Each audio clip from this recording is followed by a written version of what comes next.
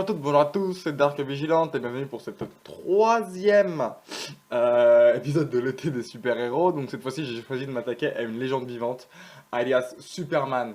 Superman, super-héros de la bande dessinée américaine appartenant à l'univers de DC Comics, considéré comme une icône culturelle américaine. Superman, c'est l'histoire de 75 ans de publication, autant que Batman, c'est important de ne pas l'oublier. Créé par Jerry Siegel et Joe Shuster dans un collège de Cleveland en janvier 1933. Le personnage fut vendu au label de publication Detective Comics et est apparu pour la première fois dans le magazine Action Comics en juin 1938. Superman, c'est une histoire qui va révolutionner un peu le monde de la bande dessinée américaine parce que ça raconte donc l'histoire d'un émigrant extraterrestre en bébé venu d'une planète d'une planète disparue qui a explosé qui s'appelle Krypton et qui arrive aux États-Unis donc au Kansas et qui fait adopter par un couple de fermiers donc les Kent et ça a été énorme parce que Superman ça a été le super-héros numéro un. Il y a eu d'autres super-héros avant, notamment le fantôme du Magal. Mais avant, les super-héros n'étaient pas ultra démocratisés comme maintenant. Maintenant, Superman, c'est une icône et c'est le super-héros auquel on pense en premier.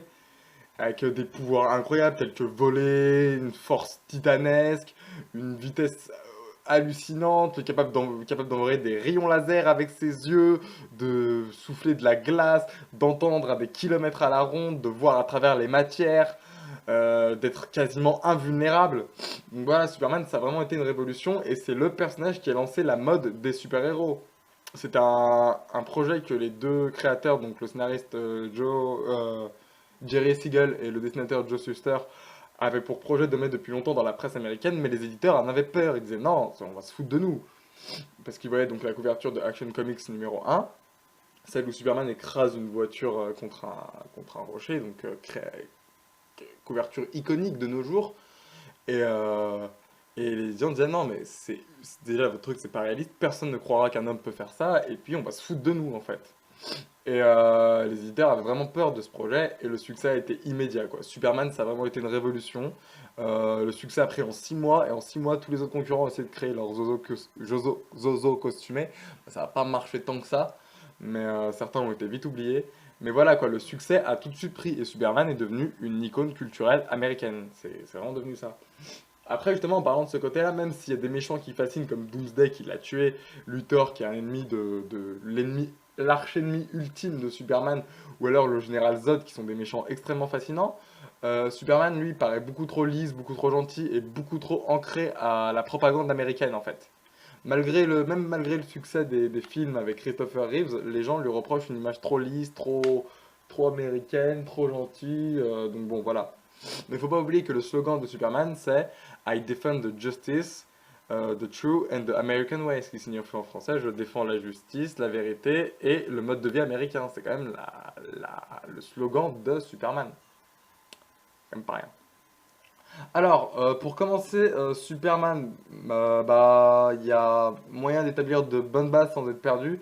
Je vous conseille d'acquérir quelques ouvrages qui ont marqué le superverse, des histoires incroyables.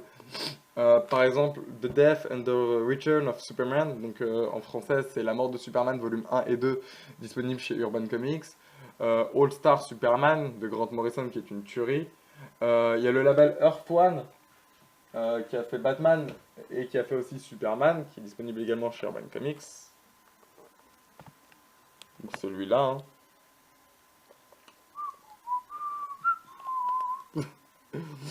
Voilà, il y a celui-là qui est excellent, qui est une sorte de Ultimate Superman en gros. Et voilà, ça recrit, c'est écrit par J. Michael Straczynski, donc c'est très très bon. C'est un récit en rupture avec la continuité de DC Comics et ça donne vraiment de super origines aux héros et c'est de nouvelles origines et c'est vraiment très très très bon. Ou alors il y a un truc un petit peu plus classe qui est aussi hors continuité mais qui est une version alternative de Superman et justement qui casse un petit peu avec ce mythe américain. C'est Superman Red Son. Et ça compte en fait l'histoire d'un Superman qui se déroule dans un, comme je dis, dans un univers parallèle et le postulat de départ est extrêmement simple puisque qu'est-ce qui se serait passé si la fusée qui transportait Kal-El aurait atterri en URSS et non dans le Kansas? Et du coup, c'est Mark Millar qui est aux commandes de cette histoire. Et mis à part que c'est très réussi, ça met en valeur la force comment dire, et les symboles que peut véhiculer Superman s'il était mis aux mains d'un régime un peu plus cru que celui américain, c'est-à-dire le régime de Staline et le régime communiste. Et c'est juste excellent, quoi. Il y a vraiment un Superman, je dirais pas méchant, mais qui est un peu l'antagoniste principal au profit de Luthor qui sera le protagoniste plutôt. Et il y a ce petit côté en plus guerre froide, conflit entre les deux qui est assez énorme et assez bien mis en place. Les Américains qui voient d'un mauvais œil ce surhomme russe en fait. Et évidemment, il ne faut pas passer à côté. C'est pas l'histoire par laquelle je préciserais de commencer, c'est l'histoire par laquelle je conseillerais de continuer l'aventure dans l'univers de Superman.